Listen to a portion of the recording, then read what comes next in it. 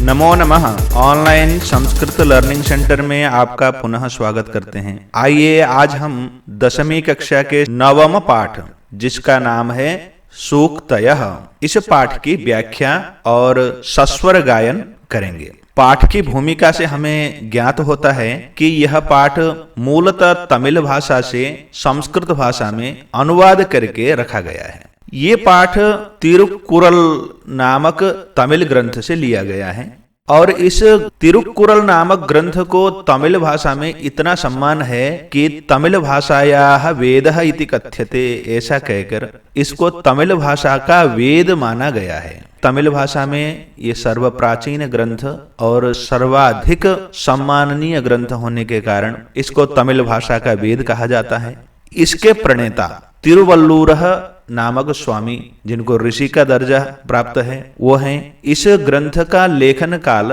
प्रथम शताब्दी यानी ईस्वी की प्रथम शताब्दी है। यह ग्रंथ हमारे 4 पुरुषार्थों में से 3 पुरुषार्थों का साधक है, ऐसा भी हमें भूमिका से पता चलता है। धर्मार्थ काम प्रतिपादकोयम ग्रंथः त्रिषु भागेषु विभक्तोऽस्ति, 3 भागों में बटा हुआ है। और तिरुक्कुरल जो शब्द है, तमिल शब्द, इनमें से तिरु शब्द का अर्थ होता है श्रीवाचक, श्री यानी लक्ष्मी अथवा वैभव, और तिरुक्कुरल शब्द का अभिप्राय होता है श्रियायुक्त वाणी। कुरल शब्द का अर्थ हुआ वाणी, वैभव युक्त अथवा श्रीयुक्त वाणी। इस ग्रंथ का सबसे बड़ा महत्व यह है कि जीवन के लिए उपयोगी सत्य को सरल, सरस और सहज भावों में प्रतिपादित किया गया है। इसकी उपादेयता को देखते हुए इसको संस्कृत में अनुदित करके आप लोगों के लिए पाठ के रूप में यहाँ पर रखा गया है। आइए सर्वप्रथम हम इस पाठ का सस्वर वाचन करते हैं।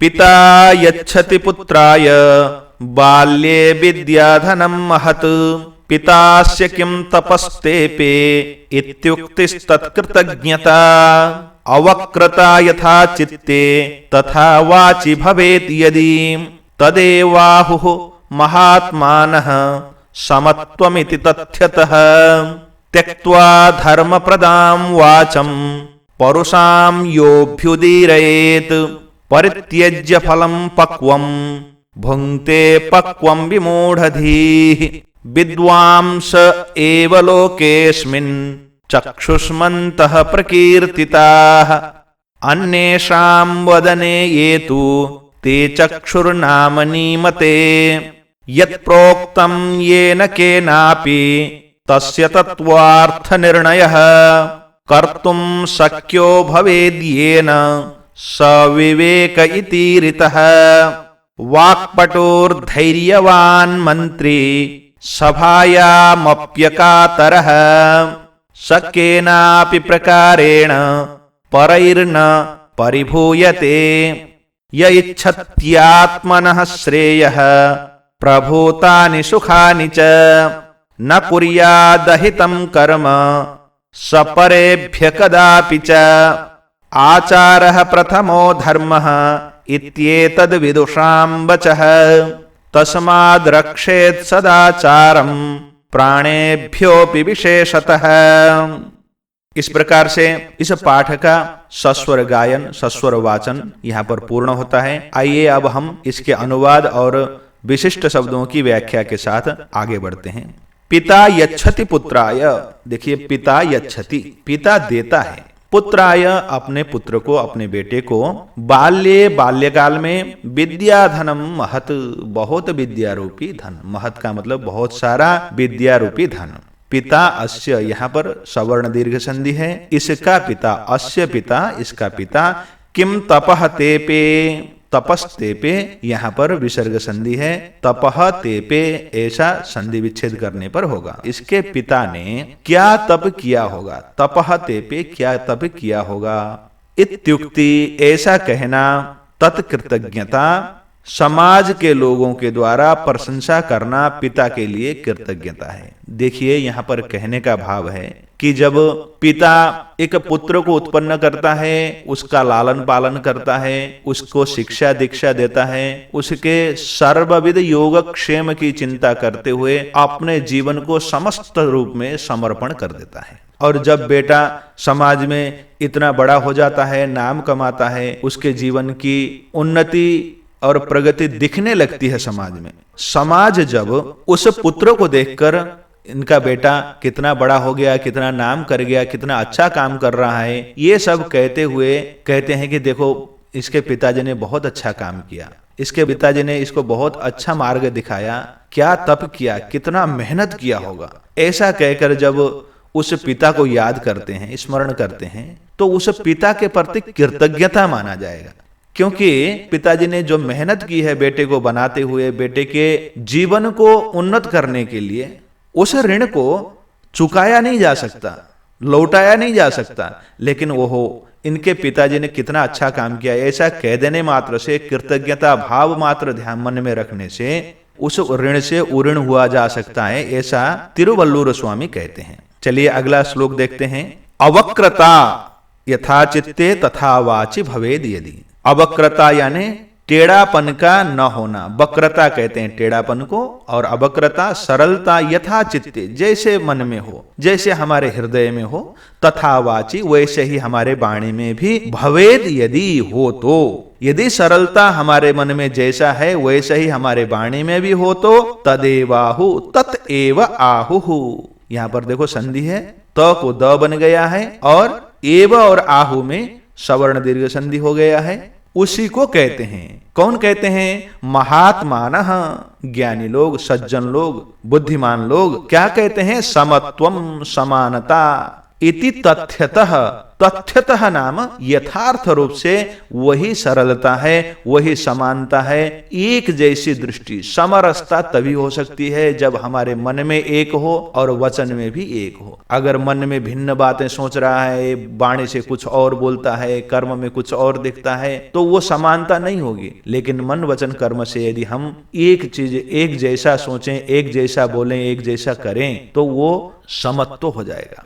इसके उलट मन में राम राम बगलिया में छुरी कहते हैं ना, ऐसा नहीं होना चाहिए। इस श्लोक का भाव यह है कि हम मन में कुछ और चिंतन करें, मन में तो गालियां देते रहें और मुंह से बहुत मीठी वाणी बोलें, तो वो समानता नहीं होगी, ये तो कुटिलता हो जाएगी। अब तीसरा देखिए, त्यक्त्वा धर्म प्रदाम वाचम परुषाम योभ्युदीरयेत। त्यक्त्वा त्याग कर, धर्म प्रदान वाचम, धर्म देने वाली, धर्म को प्रदान करने वाली वाणी को, अर्थात धर्म प्रद वाणी, सबके साथ सम्मान, इज्जत, धन, प्रतिष्ठा इत्यादि देने वाली वाणी कौन सी होती है? मीठी वाणी होती है। वो मीठी वाणी की बात कर रहे हैं।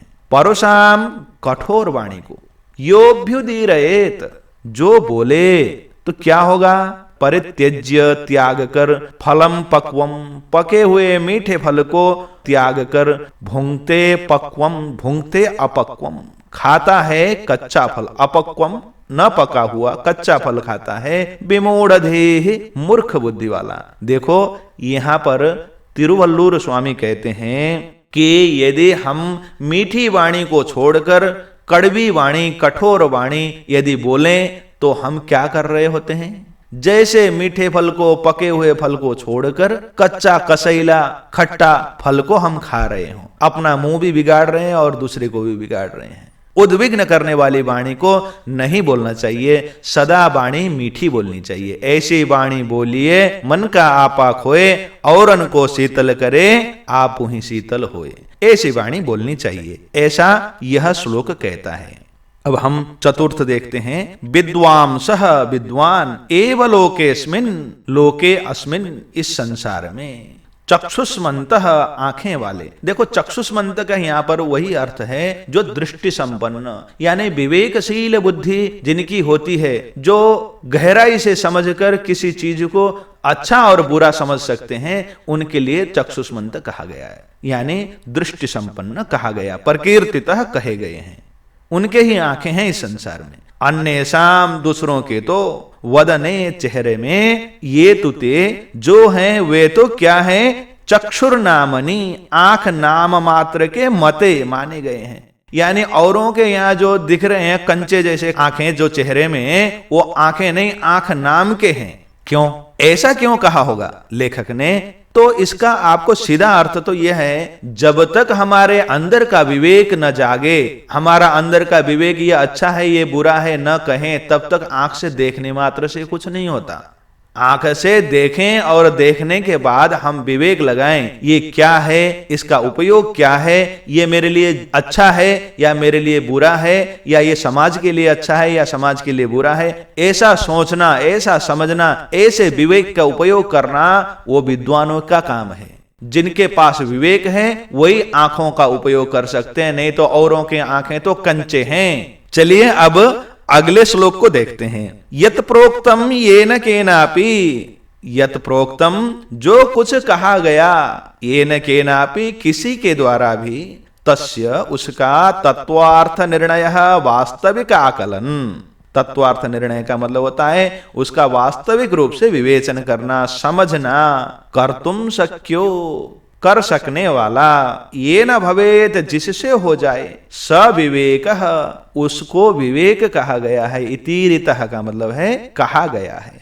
हमने इससे पहले वाले श्लोक में क्या कहा था, विद्वान ही इस संसार में आंखें वाले हैं, यानी वो आंख विवेक का आंख था। तो विवेक क्या है इसको समझाते हुए 5वें श्लोक में कहते हैं कि वो विवेक है जिससे हम क्या कर सकें, जो किसी ने भी कुछ भी कह दिया उसको हम अपने बुद्धि से, अपने विवेक से उसको समझें, उसको अच्छी तरह से निरीक्षण वीक्षण करने के बाद एक निर्णय में पहुंच सकें। तत्वार्थ निर्णय कर्तुम शक्य, उसका वास्तविक आकलन करके ये क्या है, इसका उपयोग क्या है, इस विषय को समझने वाली बुद्धि को हम क्या कहते हैं, उसको हम कहते हैं विवेक। उसी विवेक के विषय में इस श्लोक में बताया गया है। वाक्पटुर धैर्यवान मंत्री, वाक्पटु बोलने में कुशल, धैर्यवान स्थिर मन वाला। स्थिर मन वाला किसको कहते हैं, जो जल्दी से जवाब नहीं देता, उत्तेजित नहीं होता, उसको हम धैर्यवान कहेंगे। मंत्री, मंत्री का मतलब मंत्री नहीं है, मंत्री जो मनन चिंतन कर सकता है उसको भी मंत्री कहते हैं। जो चिंतन करके मनन करके अच्छे विषय को, अच्छे काम को, सबके भले के लिए काम कर सकने वाला होता है, उसको हम मंत्री कहते हैं। और सभायाम, सभा में, संगोष्ठियों में, कार्यक्रमों में, मंच में जाकर अप्यकातरः अपि अकातरः, यानी जो डरता न हो। मंच में जाकर डरने वाले बहुत होते हैं, ऐसा न हो कि वो सभा में बोलने में, सभा में खड़े होने में डरता हो। सभा में न डरने वाला, सकेनापि वो किसी भी प्रकार से, परैर्न दूसरों के द्वारा, परिभूयते पराभव को नहीं प्राप्त करता है, यानी वह किसी के द्वारा दबाया नहीं जा सकता।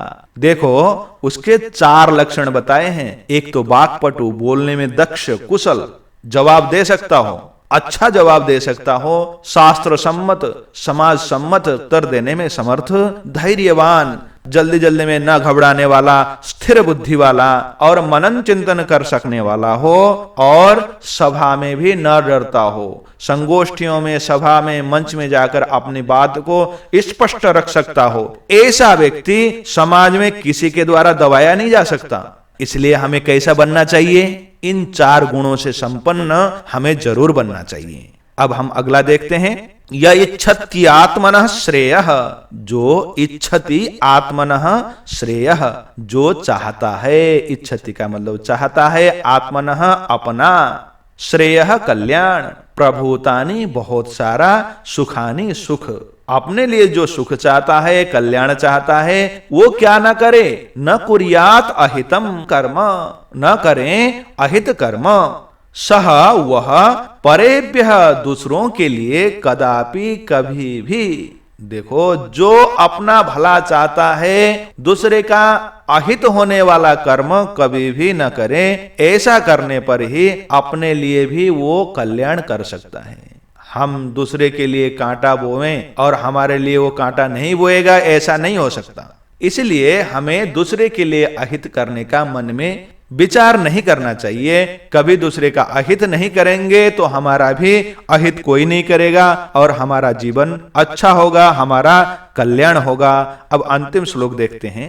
आचारः प्रथमो धर्मः, आचार व्यवहार हमारा सबसे पहला धर्म है। इत्येतद् विदुषां वचः, ऐसा विद्वानों का मत है।